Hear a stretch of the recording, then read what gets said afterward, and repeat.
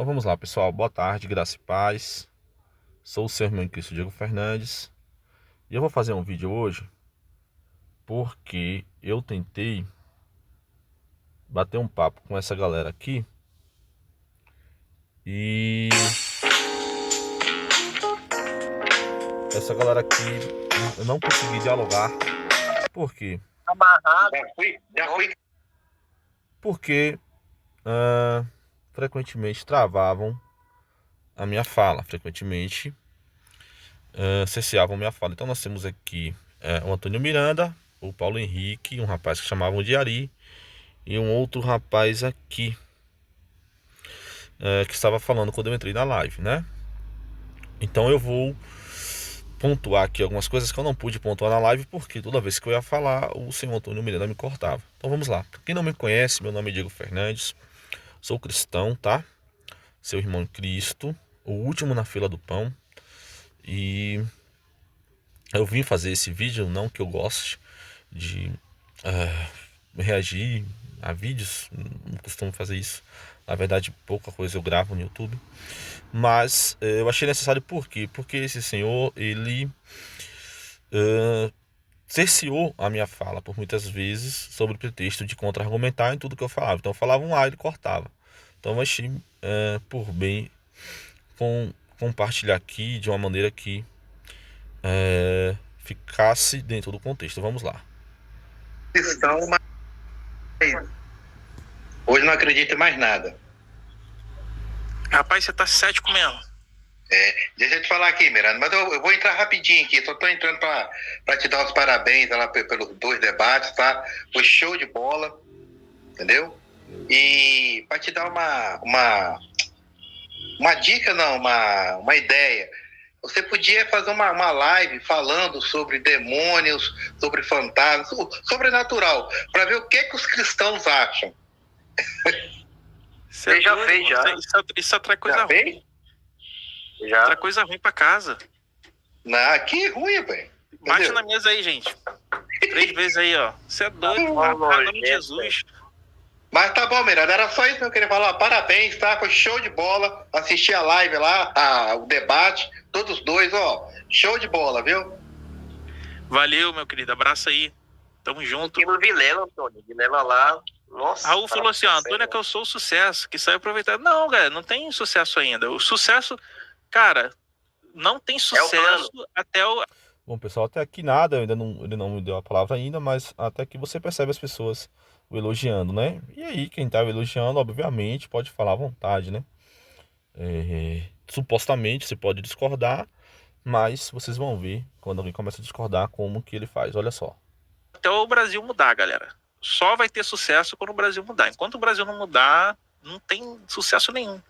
Apologeta, Diego, tudo bom? Olá, boa noite a todos, tudo bem? Tudo bom. Apologeta, Diego, você tá me ouvindo?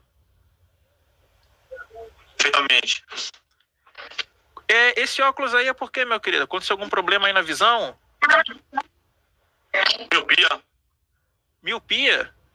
E Jesus já falou o que pra você sobre isso aí?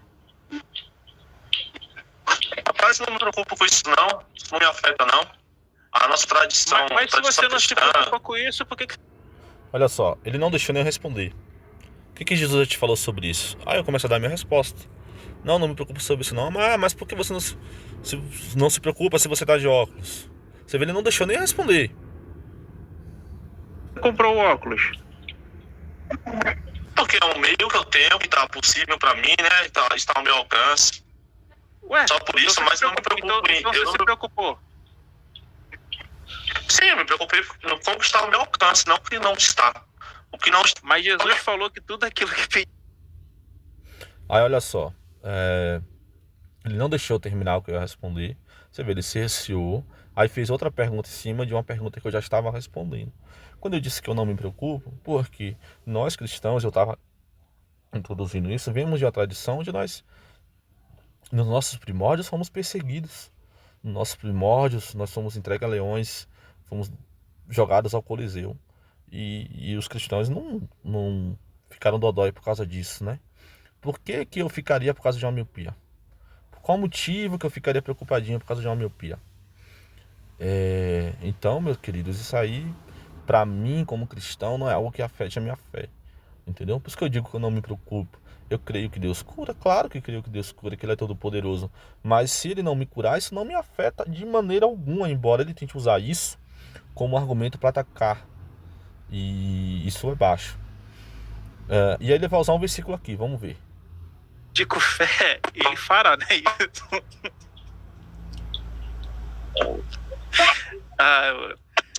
Apologeta de óculos. Pois não é? Repara que nessa hora minha internet travou. E aí ele fala de um versículo, só que ele solta um versículo solto, aleatório. Vamos ver se eu consigo falar alguma coisa aqui, vamos lá.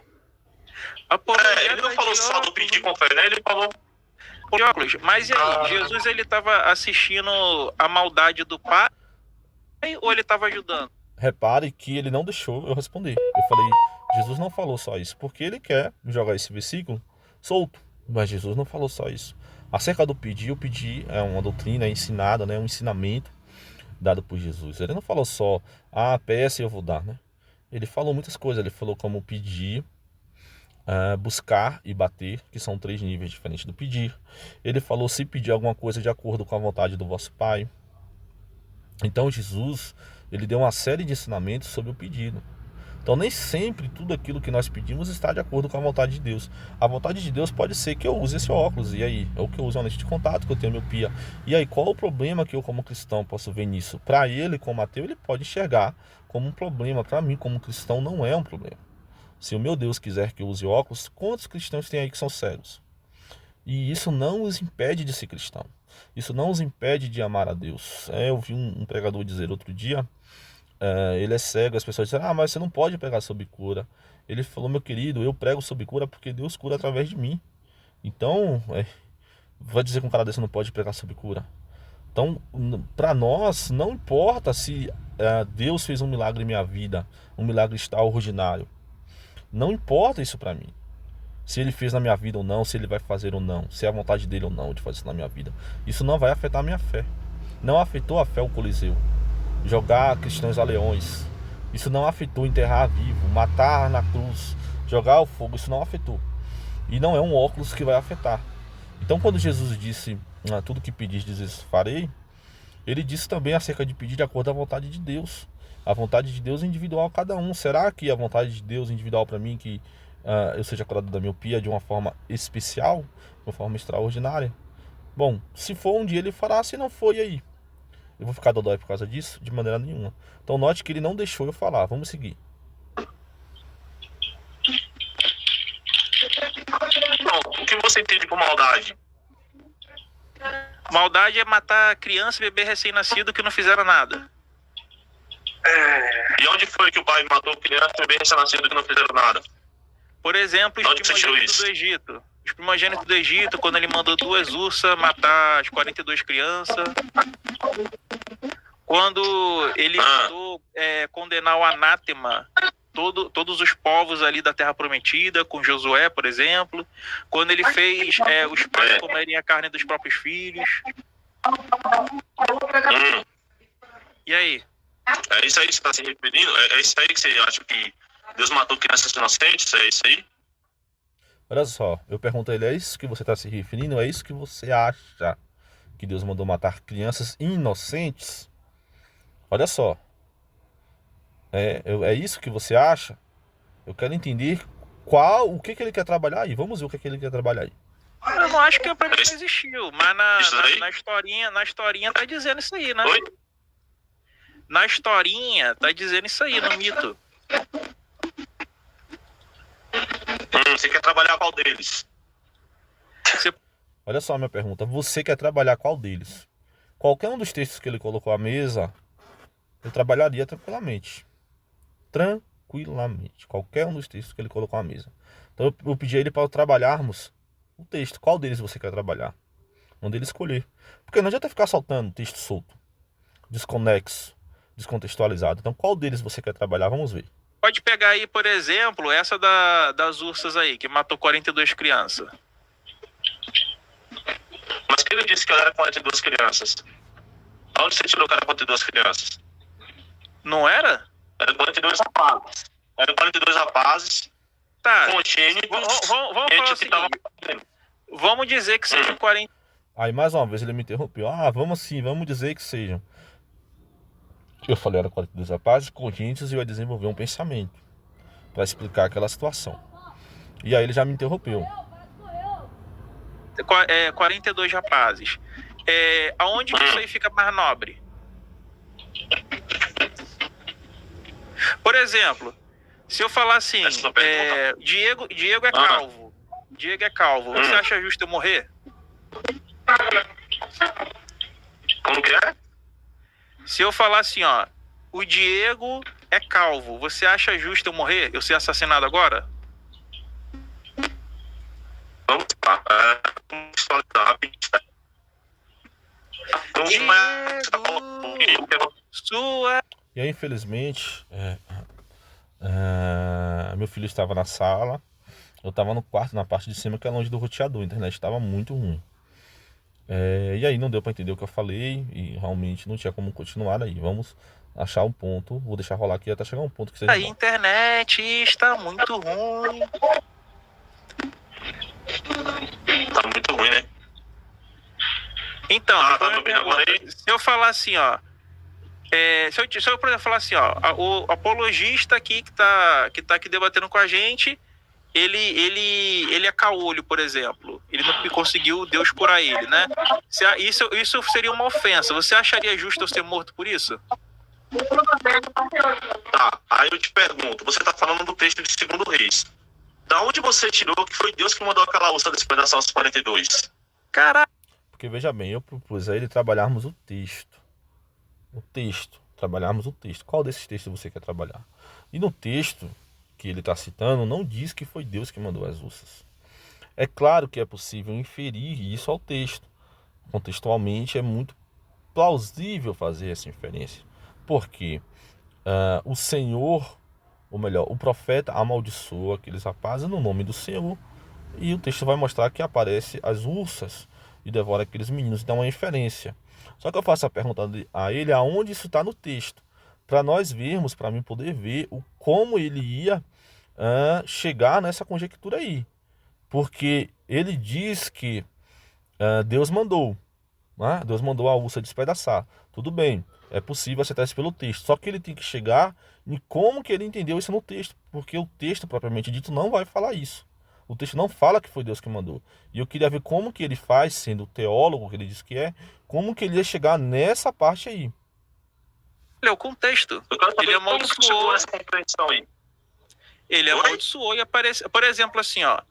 Quando Josué não, Elias, ele fala assim, ó, se eu sou homem de Deus, vai descer fogo do céu agora. Você acha que foi quem que mandou fogo?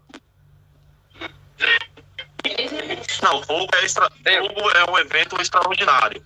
Uma ursa no meio da floresta, aquele contexto. Desculpa, perdão. É um animal.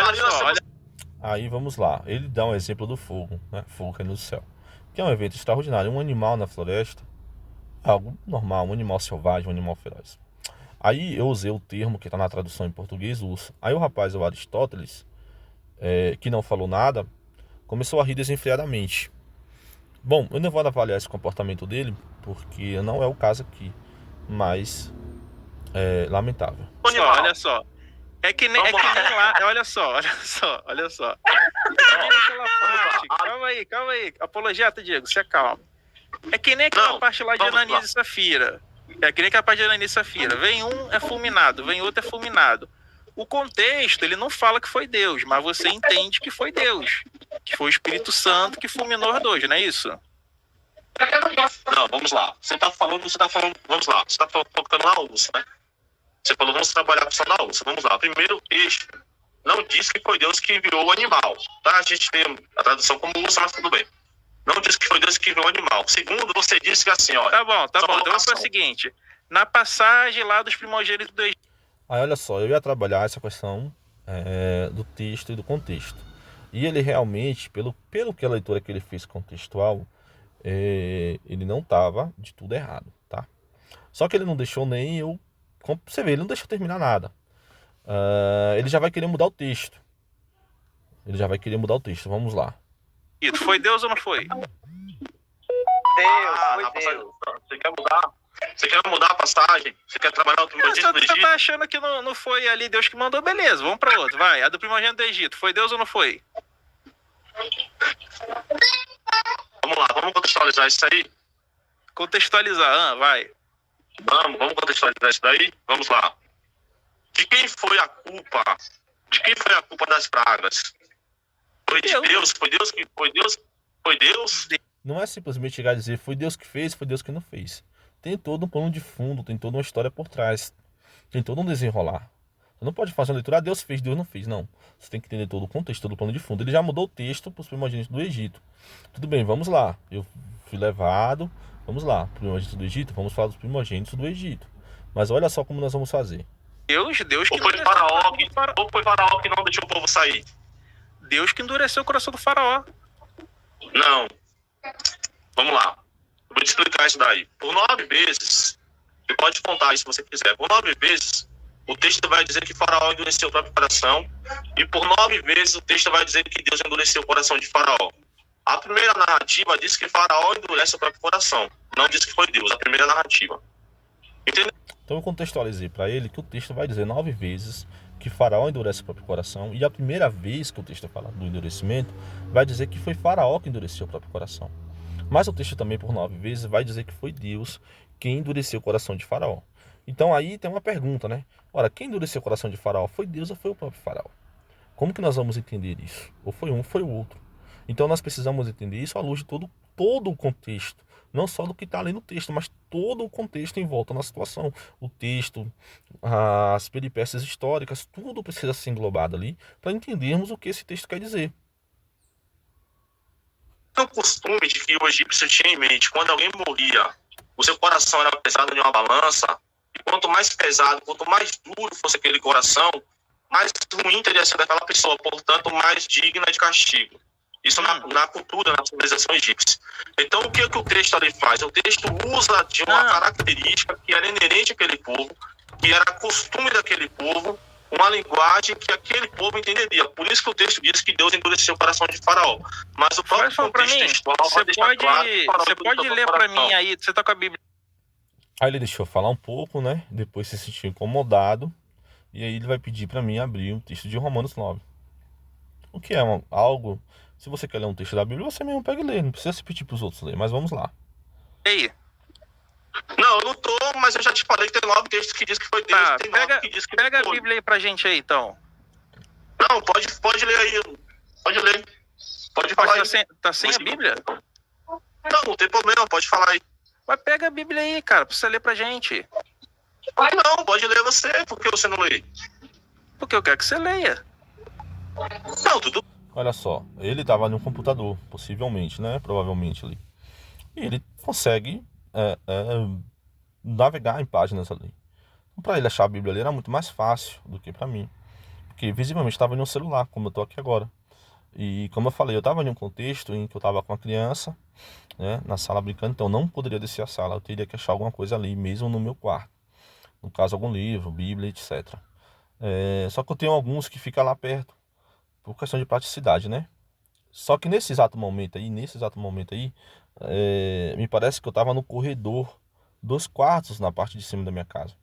Então eu não queria ter que me deslocar até o quarto e ter que passar por cima da cama, porque eu montei um berço pro meu filho pequeno lá perto. Então tem todo um... Por que eu não queria ir lá? Porque ia dar um certo trabalho, ia ficar ruim até pra live dele, mas vamos lá. Então eu leio, só um minuto. Pega lá a Bíblia lá. O crente aí parece que tem alergia da Bíblia, né, galera? É impressionante. E o ateu parece que ama a Bíblia, né? Se eu fosse crente, o cara ia falar comigo assim, vamos ler a Bíblia. Eu falo, opa, pensei que você não ia pedir. Vamos falar agora da Bíblia. E o ateu parece que ama a Bíblia, né? É por isso que ele se torna ateu, né? Olha só, você viu que eu tive que andar, me deslocar, entrar no quarto, passei na frente de um outro quarto, tive que entrar no meu quarto, tive que fazer toda uma manobrazinha ali para chegar em um standzinho onde deixa alguns livros ali, livro que nós chamamos de cabeceira, né? É o que você tem de cabeceira. Deixa eu ler aqui no chat quando você acha aí, ó. O Júnior falou assim, ó. Conde Antônio pode Drácula, empalando geral. Valeu, meu querido. O Mona Bem Lisa falou assim, ó. Sobre o tema da live, Jesus estava assistindo, porque se ele fosse intervir, levaria um tapa nas orelhas. Vocês perceberam quão desconfortável foi? Tem que sair, tem que dar a volta, tem que procurar e tal. E eu não tava simplesmente com acesso à minha sala. A parte da minha casa, enfim. Eu tava no meu quarto. Quarto, cara, não é um lugar de você estar gastando o seu... Eu tava na parte de cima da minha casa, eu tive que ir no meu quarto, melhor dizendo, buscar o livro. E o quarto não é um lugar onde você vai ficar amontoando livros e etc, né? E vai ficar estudando. O quarto é um lugar onde você vai ter o seu momento de oração, quando você estiver sozinho. Você vai estar com sua família, com sua esposa. Então, não tem por que misturar as coisas. Mas vamos lá, isso aí cada um faz do jeito que quiser, né? Mas aí ele não tem capacidade. Abre aí pra mim. Romanos 9. Se deu pra vocês verem ali na minha mão, é um Novo Testamento grego. É um Novo Testamento grego. Porque eu tava... Na verdade, tô fazendo uma pesquisa nos evangelhos. E uma pesquisa lexicografal. Então, é o Novo Testamento grego. Aí, os livros que estão aí de cabeceira, que são os livros que eu falei, que são os livros que eu dou aquela lida ali e tal. Não é uma pesquisa acurada. É uma lida ali rápida, né? Porque, como eu falei, ali, no momento que eu tô no meu momento de oração, vou dar aquela lida ali rápida. E então, como eu tô fazendo um estudo nos evangelhos, então onde eu tô ali, eu tô levando sempre alguma coisa para nos meus momentos oportunos eu poder dar uma lida. Então ali eu tinha um léxico do grego e o Novo Testamento em grego. Mas vamos lá. Aí você pode ler a partir do 15. Tá, vamos lá. Eu não preciso nem abrir porque eu conheço o texto. Não, lê texto pra vai gente dizer aí, que cara. Deus- Lê pra gente aí. Deixa eu terminar aqui, aí você vai ler, ó. Guilherme falou assim, ó. O que me deixava puto no debate é que os apresentadores, mesmo de tantos fatos na mesa, me solta, Deus é bom o tempo todo. Isaías 45:7 mandou um abraço. Cara, os apresentadores, eles têm que instigar o debate, cara. Eles têm que entender isso, tá? Os caras lá, gente boa pra caramba, eles entenderam que tem muita coisa estranha ali, né? Se vocês viram a live com o Jason, vocês vão ver que os caras até assumiram que o Jason tá falando muita coisa certa ali, entendeu? Renan falou assim, ó, pergunta do filho de Davi. É bom também, né? Deixa pra depois isso daí. Renei mandou 2 aqui, obrigado, Renei. Guilherme, dá aula pra nós, Dieguinho. Esse Antônio é um herege. Esse Antônio é foda, cara. O Victor falou assim, ó. Viu que o Super Xandão te respondeu hoje na live? De hoje? Não vi, não. Depois eu vou ver isso aí. Sabe um minuto? Vai, lê aí. Romanos 9. Vamos lá. Lê a partir do 15 aí. Vamos lá, Romanos 15. Pois diz a Moisés: terei misericórdia de quem eu tiver misericórdia, e terei compaixão. Versículo 15. Versículo 16. Assim, pois, Calma aí. Assim, Então ele pois, não terá depende de quem misericórdia de quem quiser ter misericórdia, não é isso? então vamos lá. Você não quer que eu leia, você quer que eu explique o versículo? Eu te explico. Tá, Não tem problema. agora. Tá, a gente vai lendo e vai explicando. Calma. Ó, calma. Tá. Continua agora aí, continua. Então vamos lá, versículo 16. Note que ele tenta conduzir a situação a todo tempo. Ele não deixa a pessoa se expressar livremente. Ele tenta todo tempo conduzir a situação. Quando ele vê que algo vai sair que não vai ficar legal para ele, ele tenta, não, lê. Né? É uma estratégia, né? É uma estratégia. Bom, é a que ele usa, né? Não é a que eu uso, eu sou mais franco, eu gosto de ser mais franco, mais direto. E ter menos. Não gosto de usar subterfúgio, eu gosto dos argumentos na mesa, um contra o outro. E é isso aí, vamos lá. Assim, pois, não depende de quem quer ou de quem corre, mas de usar a Deus com misericórdia. Versículo 17, porque a Escritura diz a Faraó: para isto mesmo te levantei, para mostrar em ti o meu poder, para que meu nome seja anunciado sobre a terra. Quer mais? É o quê? Você quer mais? A Escritura diz o quê para Faraó? Bom, vamos lá. Você quer estudar Calma aí, isso aqui repete comigo? essa parte aí. A Escritura diz o quê? Não, vamos lá. Diego. Vamos lá. Você quer estudar isso aqui comigo? A pergunta que eu faço pra ele não consegue estudar nada, cara. Ele não consegue analisar nada. Olha quantos textos ele já jogou, ele não consegue analisar nada. Vamos lá. Você quer fazer Diego, a exegese disso aqui comigo? Diego, releia essa parte, Não, por você gentileza, não quero quer. ouvir. Vamos lá. Você quer fazer a exegese disso aqui comigo, Antônio? Diego, releia porque eu não escutei. Tá com um chiado doido aí. 17. Ah, Porque a escritura diz a Faraó: para isso mesmo te levantei, para mostrar em ti o meu poder, para que meu nome seja anunciado sobre toda a terra. agora lê o seguinte, lê o outro. Qual? O seguinte, 18? próximo. Isso. Logo tem misericórdia de quem quer e também endurece a quem quer. Como é que é? Deus endurece a quem quer no contexto do faraó? E ele levantou faraó? Aí nós que teve uma chiadeira, eu fui pro quarto, saí do corredor, fui pro quarto, na tentativa de ficar um pouco mais próximo do roteador, porque o roteador fica na sala, na parte de baixo, mas em uma direção que tá mais propícia ao quarto. Então fui tentar buscar um sinal melhor. É isso? Aí você quer ouvir? Você quer fazer a exegese disso daí, Antônio? Ou você quer só pegar o versículo solto e soltar aí como se fosse uma arma? Faz a exegese pra nós aí, vai. Tá Fala bom. aí, Então Richter, vamos nós, entender. daqui a pouquinho, deixa ele fazer a exegese aqui pra nós. Então vamos lá. Romanos 9 faz parte do livro, obviamente, de Romanos, e é um livro apologético onde Paulo... Romanos 9 faz parte, obviamente, né? Porque era sabido por todos, do livro de Romanos. E aí continuar o pensamento, né? Um livro apologético e tal. E o cara já... Como se a risada dele e o deboche dele fosse um argumento. Pode ser um argumento para quem não sabe o que é argumentar. E aí compra esse tipo de comportamento. Mas comportamento não é argumento, tá, gente? Não comprem isso. parte do livro de Romanos, exato, parabéns. Legal, Antônio, bacana. Apologista Bacana de óculos, continua aí a tua exegese. Bacana seu comportamento. Você é a segunda vez que eu entro na sua live e você tenta desmerecer a minha pessoa e tem medo de deixar eu falar. Tá bom, apologista de óculos. Por que quando você pega um cristão neófito, você deixa eu falar? Apologista Quando você pega um preparado, você quer desfazer. Pode falar sem... Não, preparo eu discordo, meu querido. Porque eu vim intervir justamente por isso. Mas pode continuar, desculpa. Eu te conheço, você já participou também. Aí o Richard, preparo, eu discordo, tudo bem. Eu não tenho necessidade nenhuma de ter ego massageado, nem quero. Então ele discorda, direito dele, né?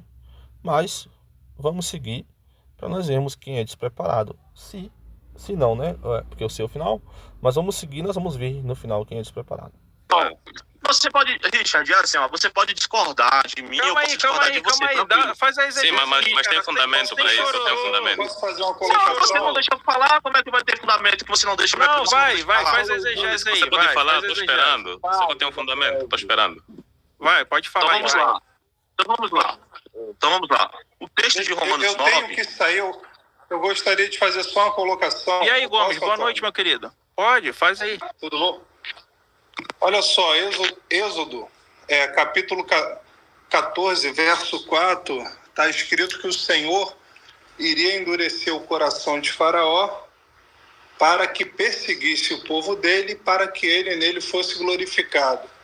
Ok. Então qual o entendimento que eu tenho a partir desse entendimento que está em Êxodo? Que o objetivo ali, de fato, era que Faraó... Olha só, o rapaz aqui, não sei se é cristão, mas veio com a leitura que hoje está mais atrelada aí ao calvinismo, né? E como esteve concluso com as palavras do Antônio, o Antônio deu aquele ar de o quê, mas aí viu que ia ser na linha que o agrada, ele deixou o rapaz falar. O que não pode é refutar, mas o agradar pode. Os perseguisse para que aquela nação, né, aquele império que era o maior da terra naquele momento e que massacrou aquele povo, fosse então destruído. Eu acredito que o objetivo de fato era acabar com aquela civilização naquele período, né? Eu não digo a civilização, mas aquele império. Esse é o entendimento que eu te passo acerca do texto, né, que foi o teu questionamento. Não, mas você tá certo. É Deus quem faz com que o faraó não liberte o povo para que ele possa executar juízo. O que alguns crentes podem fazer é falar o seguinte: olha, aí para mim tem dois textos. Um texto seria do faraó negando e do outro. Aí, uma pessoa que não sei se ele é cristão, que dá margem para dizer que Deus que endureceu o coração de Faraó, e no sentido amplo da palavra, né? Não no sentido textual que depois eu vou apresentar, pelo contexto, diz que Deus é responsável direto por endurecer Faraó. Olha só, que responsabilidade Faraó tem na sua atitude se foi Deus que endureceu? Que responsabilidade Judas tem na sua atitude se foi Deus que endureceu? Que responsabilidade o pecador tem em suas atitudes se foi Deus que endureceu? Para que vai ter julgamento, juízo, que sugere justiça? Que justiça é essa? Como que Faraó pode ser julgado? Como que Judas pode ser julgado? Como que o pecador, como que nós podemos ser julgados? Então a gente vai chegar e falar, Deus, quando eu estava pecando, eu estava fazendo só a sua vontade. E o lugar de quem faz a vontade de Deus é o céu, não é a condenação. Então me coloca lá no céu, porque quando eu estava pecando, eu estava fazendo só a sua vontade de endurecer o coração. Faraó fez só a sua vontade de endurecer o coração. O texto seria Deus exercendo poder sobre o Faraó. Podem falar isso. Agora, falar que Deus não... Aí, na minha introdução sobre isso daí, eu falei que 9 vezes o texto fala que foi Deus, 9 vezes o texto fala que foi Faraó. O Antônio, não sei se ele não prestou atenção, talvez por algum motivo, ou se ele desconsidera o fato, mas o que ele vai propor agora já tinha proposto, que tem textos dizendo que foi Deus, tem textos dizendo que foi Faraó. Está executando ali uma ação, aí tá errado, entendeu? Deus está executando. Então, Antônio, então. Tanto ele ser o entendimento que lá em Romanos 9, o Paulo vai falar, Deus endurece quem quer e levantou Faraó para que o seu poder seja mostrado. Eu, de fato, eu não posso negar a verdade dos fatos e querer trazer ao Deus daquela época, ao Eterno, uma figura de Cristo complacente. Ao Deus daquela época, a figura do Eterno, uma figura do Cristo complacente. Quer dizer que Deus mudou. Naquela época Deus não era complacente, depois de Cristo, Deus se torna complacente em Cristo, né? Há mudança nesse Deus aí, né? Eu não sei se esse rapaz é cristão, mas se for, ele precisa urgentemente voltar para a IBD. Deixa eu perguntar pra vocês aqui. Deixa eu perguntar. Deixa eu perguntar pra vocês aqui. Diego, faz a exigese aí, Qual foi o argumento que vocês deixaram eu apresentar? Qual foi o argumento que vocês deixaram eu apresentar? Diego, Vamos lá. Pare de Então vamos lá. reclamar. Então vamos lá. Como eu falei no início da minha fala, esse texto de Romanos 9, ele é uma referência clara ao texto faraótico, o texto mosaico. No texto lá, como eu falei, você pode contar aí na sua Bíblia, tem 9 menções dizendo que Faraó endureceu o próprio coração e 9 menções dizendo que foi Deus. Eu já contextualizei isso com fato histórico, mostrando que ali é uma figura de linguagem. Quando nós vamos trabalhar Romanos 9, nós estamos trabalhando toda a carta de Romanos, não apenas Romanos 9, não tem como ilhar esse texto. Qual que é o plano de fundo de Romanos? É uma carta paulina à igreja em Roma, que estava sendo inundada pelo pensamento judaico, que era o seguinte pensamento, que a salvação era por etnia, ou seja, alguém por ser judeu era salvo, e quem não era judeu não era salvo. Por isso que Paulo usa expressões, por exemplo, não tem o olheiro o direito de fazer da mesma massa, do mesmo barro, vasos para a honra e vasos para a desonra. Ali é uma figura de linguagem que Paulo está dizendo que a massa é o povo judeu, né? E o vaso seriam judeus salvos e judeus não salvos. Ele usa o exemplo de amei a Jacó e aborreci a Saul. É um exemplo, nós costumamos dizer que é uma licença poética. Peraí. Nesse daí do amei... Ele podia deixar eu terminar. Aí ele viu que ia complicar para ele a minha explicação, ele já pegou um gancho de um outro texto, já quis pular para outro texto. Olha só como ele vai pulando de texto em texto. Ele não deixou eu terminar o raciocínio, nada. E Jacó e rejeitei Esaú, foi pelas obras deles ou foi por pré-determinação de Deus? Vamos lá, o texto de Romanos 9 vai dizer antes que houvesse feito bem ou mal. Então, antes de nascer ou depois de nascer? Pô, cara, você não vai deixar eu terminar de falar nada. É um ponto importante. Você tá vendo? Ele já mudou, já foi para outro texto. Ele acha que aqui talvez ele consiga sair melhor. Antes de nascer. Depois?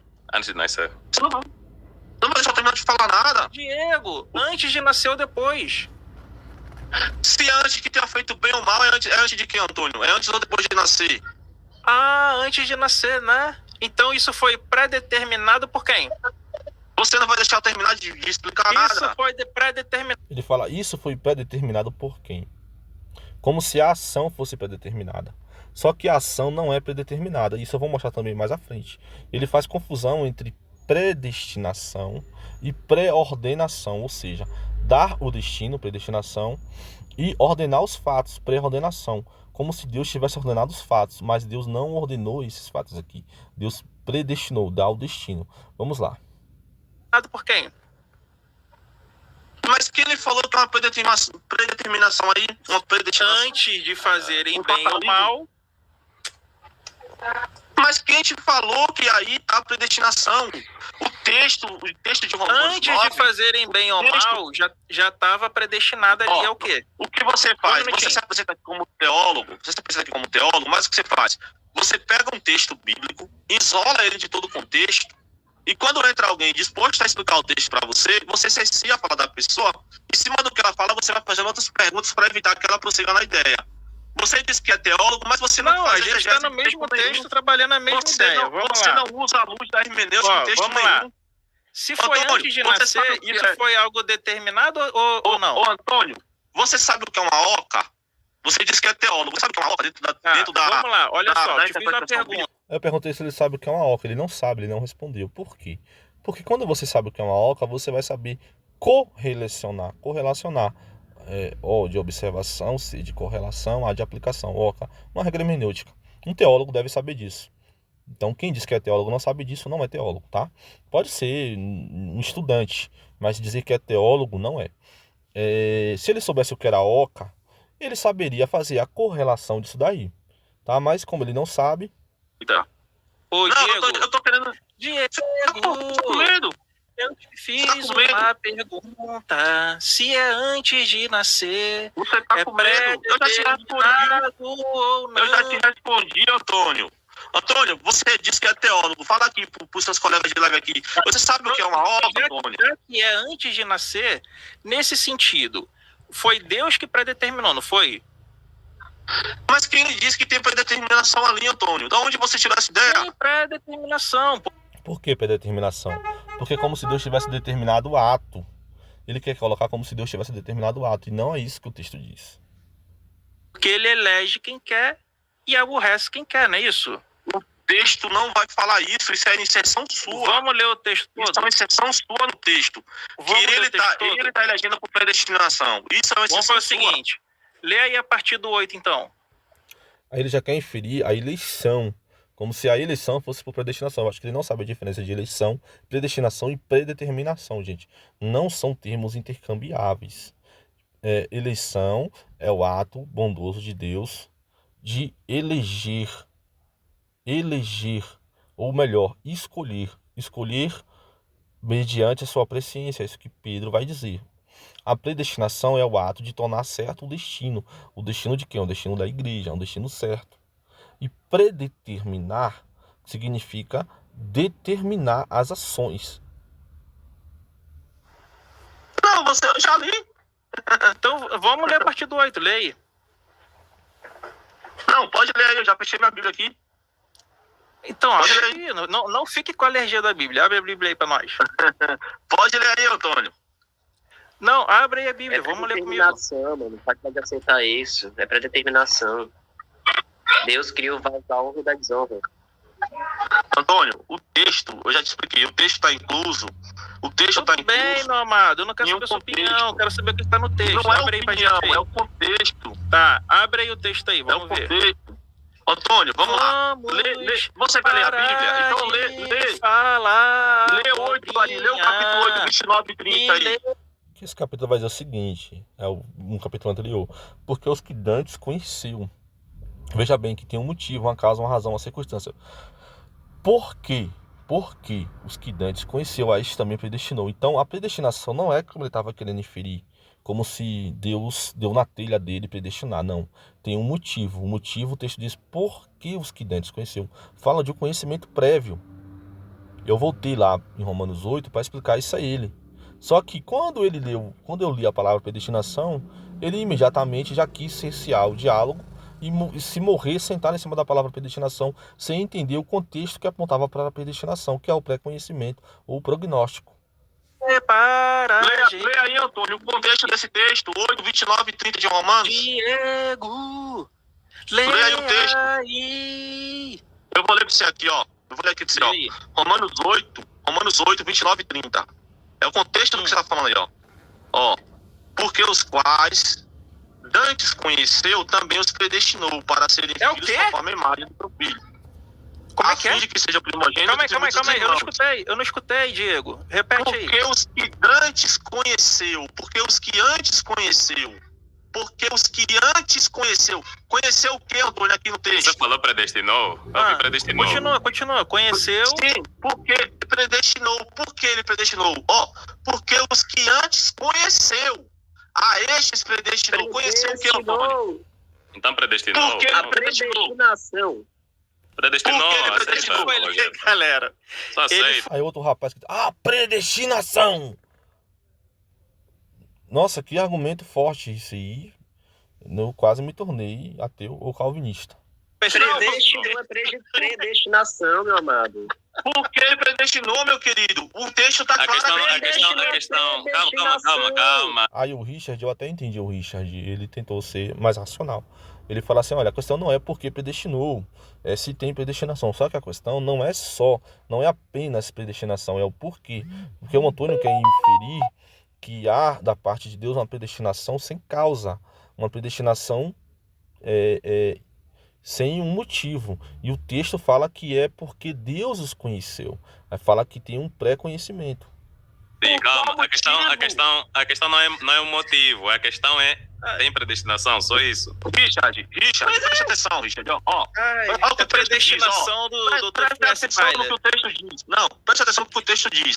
Por quê? Olha o que o texto diz. Porque os que antes conheceu.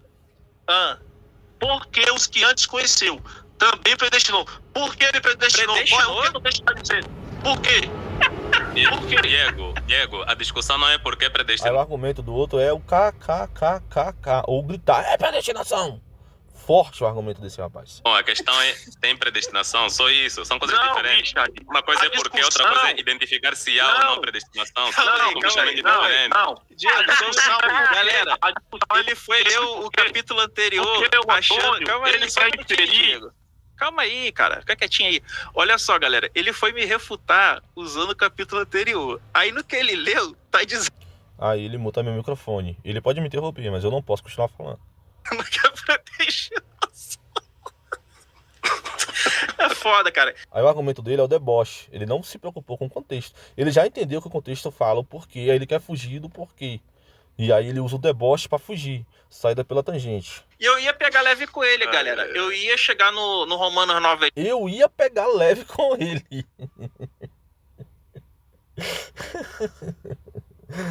Aí chega a ser uma piada, né? Um camarada que não sabe o que é uma oca, que não sabe contextualizar um texto, que não trabalha a problemática de um texto, fica empurrando de um pro outro, como um cachorro correndo atrás do rabo, fala pra mim que ia pegar leve. Pelo amor de Deus.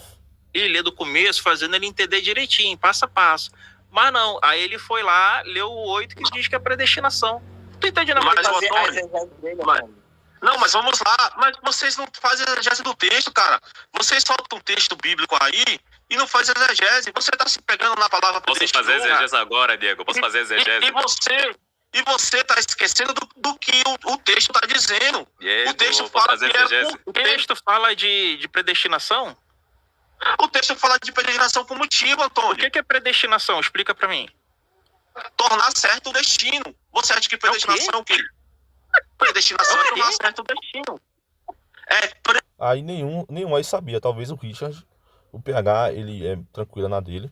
Talvez o Richard, mas nenhum dos dois sabia. O Antônio pela expressão dele de tentar ironizar, o outro pelo argumento brilhante de dar risada. Antes, destinar é dar o destino de antemão. Você acha que predestinar é o quê? Dá destino de antemão. Ordenar os fatos. Você acha que predestinar é pré-ordenar?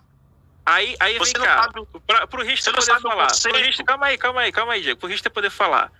Aí depois, quando chega no capítulo 9 e diz que Deus levanta quem quer e dá a cada um a sua obra, mesmo que antes de terem feito bem ou mal, e que fala também ali do vaso de honra e vaso de desonra que ele faz para a salvação ou para a destruição, nesse sentido, isso é predestinação ou não?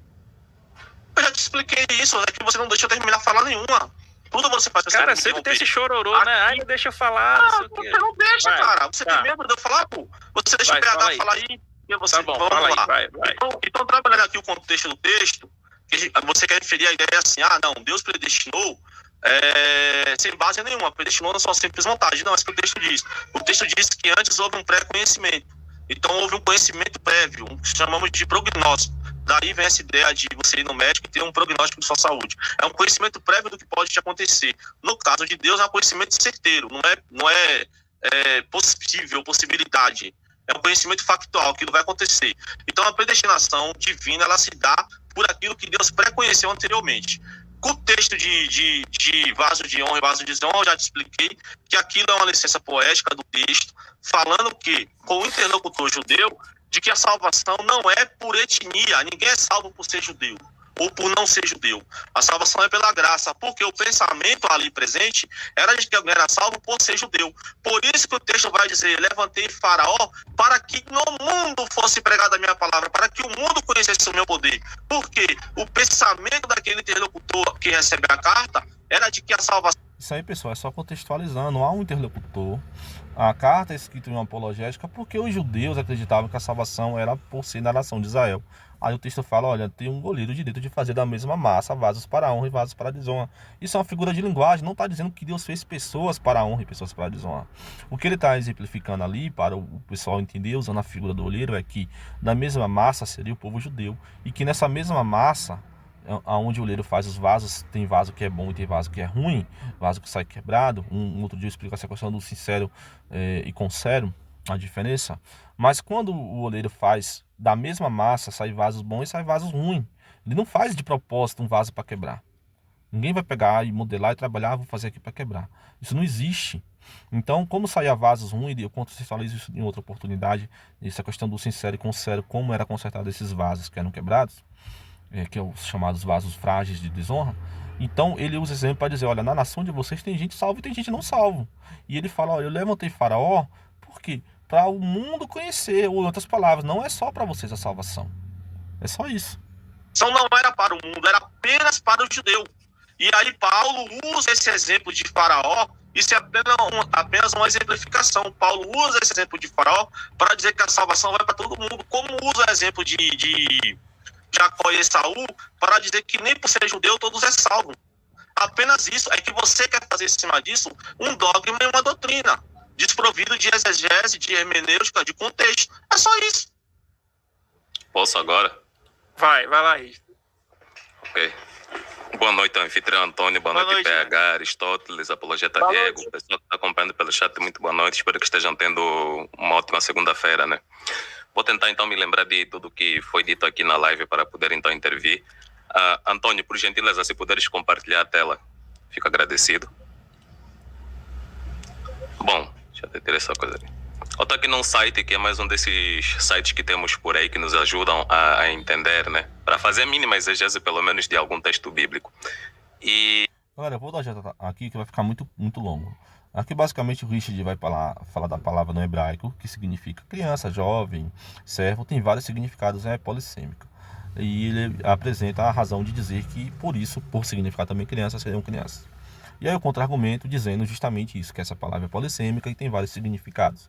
Dou exemplo didático da língua, de que quando você fala, eu falo 3 línguas, você está dizendo que fala 3 idiomas, e quando você fala que mordeu a língua, você está dizendo que mordeu um órgão do corpo humano, o que vai definir o significado da palavra língua contexto. A mesma coisa com a palavra hebraica ali, que é traduzido por criança, o que vai definir o significado dela é o contexto. E o contexto ali não aponta para a criança, porque fala de jovens saindo da cidade. Naturalmente, ninguém vê jovens saindo da cidade. Só que aí, eles tentam inferir que sim, que crianças andam saindo da cidade, que isso é normal. Mas a gente entra nesse debate da nomenclatura e acaba cada um não chegando em uma conclusão, né?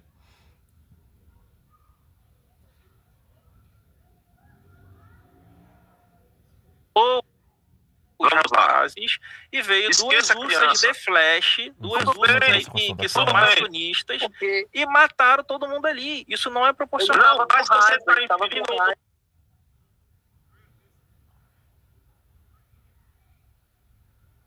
Independente disso, você pode não acreditar, é seu direito. Independente disso, Diego, Eu não quero te obrigar a acreditar.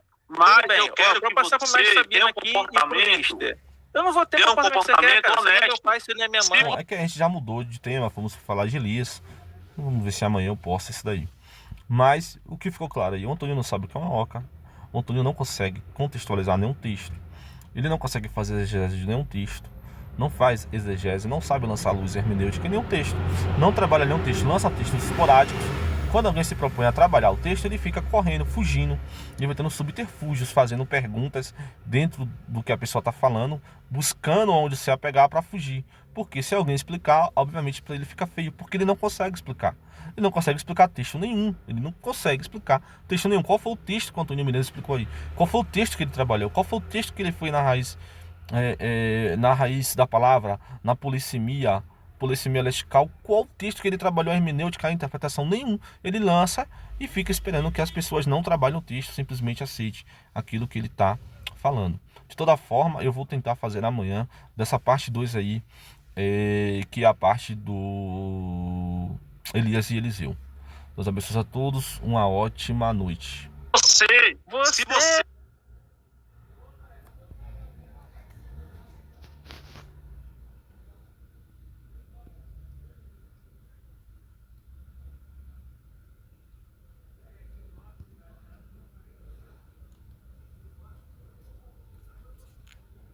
Divas do céu, olha a receitinha que a gente fez hoje, divas.